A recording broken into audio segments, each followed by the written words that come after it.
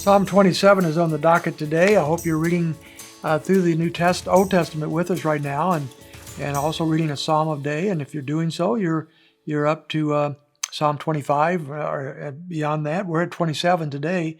And once again, David's in trouble. Most of his psalms seem to have the background of trouble. Maybe that's why he's writing these psalms.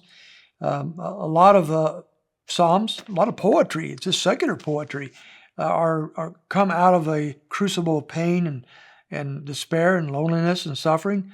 The Lord catches our attention when we're down and when we're hurting. And so perhaps a lot of David's psalms are written in that kind of context.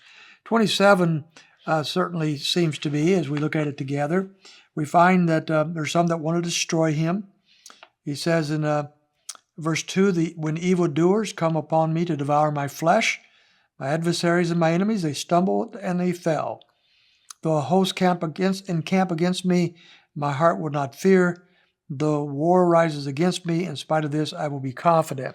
So we have this give and take in the midst of issues that he's having. He's struggling, but he's not in total despair. One of the great struggles that he's facing here, it seems to be, is in verse 10, where he's been forsaken. For my father and my mother have forsaken me. We know of no place in the Old Testament narrative when his father Jesse and his mother abandoned him or forsook him. They might have had some struggles with some of the things going on in David's life at times, but we don't know of any time when this actually took place. But that doesn't mean it didn't take place, or at least that David for a time felt that it was taking place and that they were forsaking him. They were not supporting him. So that's what he's thinking here. That's what he's feeling, and perhaps that's what he's going through. And so he feels forsaken. You ever been forsaken by those that you thought loved you and that care for you and that you're good friends, your good family members, whatever, who have turned their back on you and have hurt you? That's a very, very painful thing. And numerous, untold numbers of people have gone through that type of thing. And so David knows what we're going through, and he talks about it here. And he also wants to talk about the fact that he struggles with fear. In verse 1, we just read that one, that whom shall I fear? Verse 3, he says, my heart will not fear. So even though he's talking about not fearing, he's struggling. He's struggling with fear. There's reasons for fear here in his life, and he is battling that with the help of the Lord by his turning to the Lord. And then in verse 12, apparently there are those that were slandering him as well.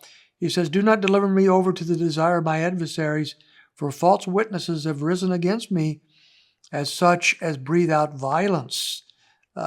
Slander, false witnesses, people saying things about him that was not true. How do you stop someone doing that? Well, that's almost impossible. You can't control everybody's speech and what they say in a back room somewhere. They can make up stories, they can lie to their heart's content, and some people might believe them. And that's a painful thing, isn't it? To know that someone is saying something that's not true about you, but you can't fix it, you can't stop it. It's painful. So David is facing perhaps physical issues that he fears, but also these inner turmoils of being forsaken, apparently by his father and mother, and being slandered by some who are lying about him. This is hard for David to take it. It is for all of us. And so David turns to the one place where he is safe, and that is in the Lord. In verse 5, he says, in the secret place of his tent, he will hide me. And so there's one who will not forsake him, and that is his Lord. In verse 10 that I just read, his father and mother has forsaken him, but the Lord will take me up. He's confident the Lord will never, ever forsake him. What a beautiful truth. And then he closes out the psalm with these wonderful words. Verse 13, I would have despaired unless I had believed that I would see the goodness of the Lord in the land of the living. Wait for the Lord. Be strong and let your heart take courage. Yes, wait for the Lord. I just love that verse 13. My predecessor here at the church quoted that psalm often, especially at hospital visitations. I would have despaired unless I believed that I would see the goodness of the Lord in the land of the living. I don't necessarily see it right this minute, but I know I will see it in time when the Lord decides to bring it about. And so in the meanwhile, I will trust in him, and I will not despair, because I know ultimately, as he closes out the psalm, I can wait for the Lord's timing.